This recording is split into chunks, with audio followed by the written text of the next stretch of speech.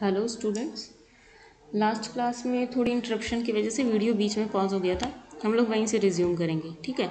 हम लोगों ने देखा था कि सबसे पहले प्री फॉल्ट वोल्टेज और प्री फॉल्ट करंट निकालनी है। Pre fault voltage and current in per unit, वो अब हम लोगों ने निकाली थी लास्ट लेक्चर में। इसके बाद क्या करना है, इसके बाद हमें सर्किट डायग्राम बनाना है। सर्किट डायग्राम कैसा? ऐसा सर्किट डायग्राम जिसमें हमारा सिंक्रोनस जनरेटर और सिंक्रोनस मोटर दोनों हम लोग पर यूनिट रिएक्टेंस डायग्राम से रिप्रेजेंट करेंगे, ठीक है। इस डायग्राम में ये है हमारा no load pre fault voltage और प्री फॉल्ट करंट, ठीक है। ये जनरेटर का केस है। और जब हम लोग मोटर बनाएंगे तो उस केस में प्री फॉल्ट वोल्टेज और प्री फॉल्ट करंट ये रही, ठीक है।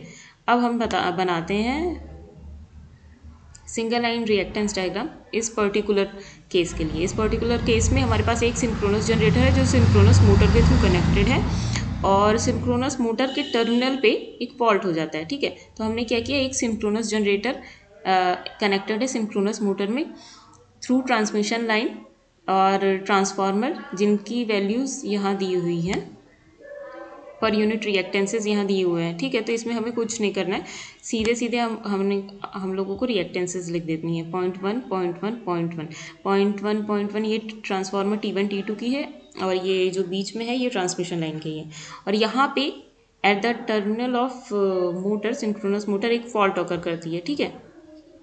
तो यहाँ की जो वोल्टेज है, फॉल्ट ऑकर करने से पहले जो वोल्टेज है यहाँ की, ये हम लोगों ने यहाँ पे डिटरमिन कर लिया। और फॉल्ट ऑकर करने से पहले जो करंट फ्लो कर रही है वो भी हम लोगों ने इस सेक्शन में डिटरमिन कर लिया। अब हम लोग क्या करेंगे, अब हम लोग देखेंगे कि फॉल्ट ऑकर करने के बाद की करंट कितनी है, ठीक है। उसके लिए हम लोगों को क्या करना है, उसके लिए हमें पता होना चाहिए EG डबल डैश, ये जो जनरेटर का जो EMF है वो कितना है और मोटर का EMF कितना है। तो हम लोग ये ड्राइव करेंगे। हमें V0 पता है, ठीक है। तो यहाँ पे ये एक सर्किट हो गया आपका,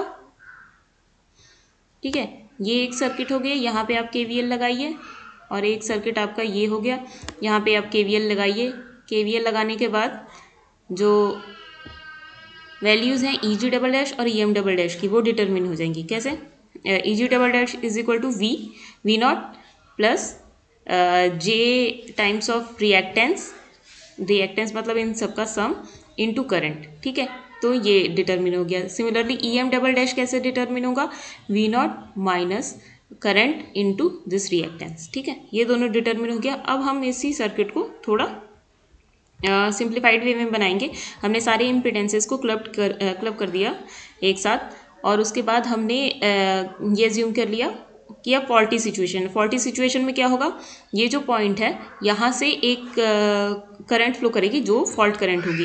अब इस केस में ये जो करंट फ्लो करेगी वो इन दोनों करंट का समीशन होगी। एक करंट जो यहाँ से ड्रॉ हो रही है और एक करंट जो यहाँ से आ रही है, ठीक है। अब हमें क्या करना है, नेक्स्ट स्टेप में हमें जो जनरेटर से जो करंट आ रही है वो निकालना है। वो कैसे निकलेगी, voltage divided by total impedance, ठीक है। लाइकवाइज हमें जो मोटर से करंट आ रही है वो डिटरमिन करनी है। वो भी कैसे निकलेगी, voltage divided by the impedance, ठीक है। इन दोनों ही केसेस में हमने ये करंट निकाल दी और जो टोटल फॉल्ट करंट होगी वो होगी इन दोनों का submission. Total fault current is equal to submission of the current that is coming out from generator plus the submission plus the current that is coming from the motor, okay. तो ये total current होगी। लेकिन एक बात जो consider करने वाली है, ये अभी सिर्फ पर यूनिट में है, ठीक है।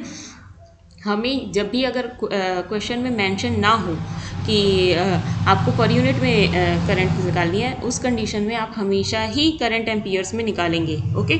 तो ये जो भी पर यूनिट की करंट है इसको हम लोग एम्पियर में कन्वर्ट करेंगे। एम्पियर में कैसे कन्वर्ट करेंगे, per unit value is equal to actual upon base. तो हम लोग अगर बेस करंट निकाल दें तो उससे पर यूनिट को मल्टीप्लाई कर देंगे तो हमारी एक्चुअल वैल्यू आ जाएगी। तो बेस करंट कैसे निकलेगी, MVA डिवाइडेड बाई V, ठीक है। V 11 है, 11 kV, जैसा हम लोगों ने ऊपर देखा था। ट्रांसफार्मर जो T2 का है, T2 की जो सेकेंडरी वाइंडिंग है वो बताएगी हमें कि कितना है वोल्टेज, ठीक है। तो सेकेंडरी वाइंडिंग का वोल्टेज है 11 kV और जो MVA है वो है 25 MVA, ठीक है। तो वहाँ से बेस करंट निकाल दिया, इन दोनों को मल्टीप्लाई कर दिया तो मेरी सारी जनरेटर करंट, मोटर करंट और फॉल्ट करंट ये सारी निकल गई इन एम्पियर्स। तो यहाँ पे ये हमारा जो क्वेश्चन था वो सॉल्व हो गया। लेकिन ये तो एक बहुत ही सिंप्लीफाइड क्वेश्चन था जिसमें सिर्फ हमने एक जनरेटर और एक मोटर का केस कनेक्ट किया था, केस कंसीडर किया था। लेकिन एक्चुअल जो पावर सिस्टम सिनेरियो होता है उसमें ऐसा नहीं होता है, ठीक है। उसमें बहुत सारे जनरेटर्स और मोटर्स साथ में कनेक्टेड होते हैं, वो भी बस के थ्रू, ठीक है। तो अब हम लोग जो करने जा रहे हैं वो हम लोग करेंगे शॉर्ट सर्किट एनालिसिस की एल्गोरिदम डिराइव करेंगे इन अ केस जिसमें n नंबर ऑफ बसेस दिए हुए हैं, ठीक है। उससे पहले यहाँ पे एक चीज़ है, हमने जो अभी पूरा सॉल्यूशन किया है, ये जो प्रॉब्लम सॉल्व किया उसको हम लोग थेवेनिन के थ्रू भी कर सकते थे, ठीक है। थेवेनिन के थ्रू क्या करना है, कुछ नहीं करना है, इस सर्किट का थेवेनिन इक्विवेलेंट बना लेना है। यहाँ से ये आपका एक पॉइंट हो जाएगा, ये आपका दूसरा पॉइंट हो जाएगा। यहाँ से आपको टर्मिनल्स बाहर निकाल के इसका थेवेनिन इक्विवेलेंट बना लेना है, एक इक्विवेलेंट वोल्टेज निकाल लेना है और एक इक्विवेलेंट इम्पीडेंस निकाल लेना है। उसके बाद फिर से इसको सॉल्व कर लेंगे, ठीक है।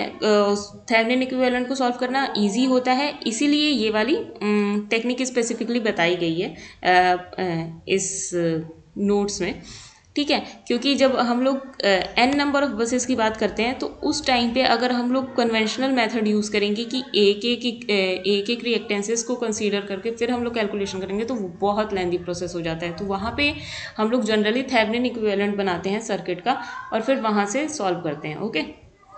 तो अब देख लेते हैं हम लोग एल्गोरिदम, यही सिमेट्रिकल शॉर्ट सर्किट एनालिसिस की algorithm when n number of buses are there, ठीक है। तो सबसे पहले हम लोग क्या निकालेंगे, प्री फॉल्ट बस वोल्टेज, जो हमने अभी केस कंसीडर किया था जिसमें एक जनरेटर और मोटर से कनेक्टेड था, उसमें भी हमने पहले प्री फॉल्ट वोल्टेज निकाला था, प्री फॉल्ट करंट निकाला था। तो इसमें भी हम लोग सेम प्री फॉल्ट वोल्टेज और प्री फॉल्ट करंट निकालेंगे, ठीक है। बस जो चेंज आएगा वो ये आएगा कि पहले तो प्री फॉल्ट वोल्टेज सिर्फ एक वोल्टेज थी, लेकिन अब जो प्री फॉल्ट वोल्टेज होगी वो एक मैट्रिक्स की फॉर्म में होगी। मैट्रिक्स की फॉर्म में क्यों होगी, क्योंकि हमारे पास n नंबर ऑफ बसेज हैं, तो हर एक बस का एक प्री फॉल्ट वोल्टेज होगा। जनरली इसको 1 कंसीडर कर लेते हैं हम लोग जब कैलकुलेशन करते हैं, क्योंकि हमारे लिए ईजी होता है, ओके।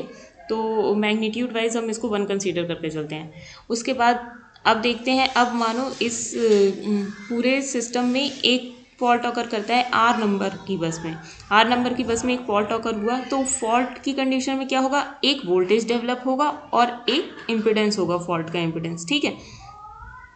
तो अब एनालिसिस में हमें क्या करना है, हमें ये जो वोल्टेज इंक्रीज हुआ है वो वोल्टेज निकालनी है। वोल्टेज इंक्रीज किस वजह से, फॉल्ट की वजह से, ओके।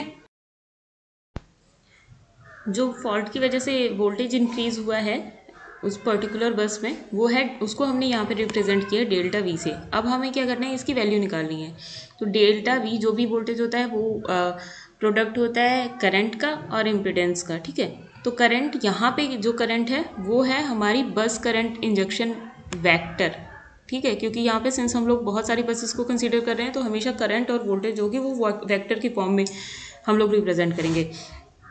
और z होगा वो भी मैट्रिक्स की फॉर्म में होगा, उसमें सारे मैट्रिक्स के कंपोनेंट्स हम लोग कंसीडर करेंगे, ठीक है। तो अब हम लोग नेक्स्ट क्या करने वाले हैं, हम लोग जो हमारी फॉल्टी बस है उसमें जो वोल्टेज इंक्रीमेंट हुआ है फॉल्ट की वजह से वो निकालने वाले हैं। तो delta V R is equal to minus Z R R into I F. I F क्या है, मेरी फॉल्ट करंट, और जेड आर आर क्या है, सेल्फ इम्पिडेंस है उसी बस का सिर्फ, ठीक है।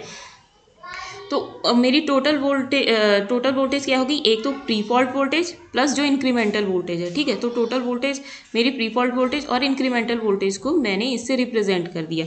इससे रिप्रेजेंट क्यों किया, क्योंकि मुझे अल्टीमेटली जो निकालना है वो है फॉल्ट करंट, ठीक है। अल्टीमेटली हम लोगों को निकालना है फॉल्ट करंट, ठीक है। तो वो, और सेकेंडली क्या हुआ, सेकेंडली हमने जो मेरा फॉल्टी वोल्टेज है, जो वी आर वोल्टेज है, आर बस का वोल्टेज फॉल्ट की कंडीशन में, वो इक्वल होगा फॉल्ट की इम्पीडेंस के इनटू फॉल्ट की करंट के। क्यों इक्वल होगा, क्योंकि यहाँ पे हमने रिप्रेजेंटेशन की है, ठीक है। यहाँ पे फॉल्ट का वोल्टेज है, फॉल्ट का रिएक्टेंस है इनटू फॉल्ट की करंट फ्लो कर रही है, ठीक है। तो इसके इक्वल होगा ये वाला वोल्टेज, जो फॉल्टी वोल्टेज होगा टोटल। तो इन दोनों को जब हमने इक्वेट किया तो यहाँ से हम लोग आई एफ निकाल सकते हैं। आई एफ क्या है, फॉल्ट की करंट, ये हम लोग यहाँ से निकाल सकते हैं, ठीक है। ये तो हो गया उस कंडीशन में जब मैं आर बस की बात कर रही हूँ। लेकिन अगर मैं मुझे सारी वोल्टेज और करंट की इक्वेशंस किसी और बस में निकालनी है, सपोज कर लो ith बस में निकालनी है, तो उस कंडीशन में क्या होगा? उस कंडीशन में कुछ नहीं होगा, सेम वही कॉन्सेप्ट लगेगा कि जो भी आपका फॉल्टी वोल्टेज होगा किसी और बस में भी, वो भी प्री फॉल्ट वोल्टेज प्लस सम इंक्रीमेंटल वोल्टेज के इक्वल होगा। इंक्रीमेंटल वोल्टेज अब किसके इक्वल होगा?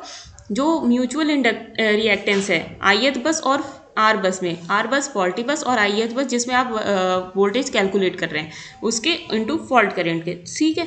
लाइकवाइज ऐसा करके हम लोग टोटल वोल्टेज निकाल लेंगे और पोस्ट फॉल्ट करंट भी निकाल लेंगे। पोस्ट फॉल्ट करंट मतलब दोनों जो भी बसेस के बीच में करंट फ्लो कर रही है डिवाइडेड बाई उन दोनों के म्यूचुअल रिएक्टेंस में, ठीक है।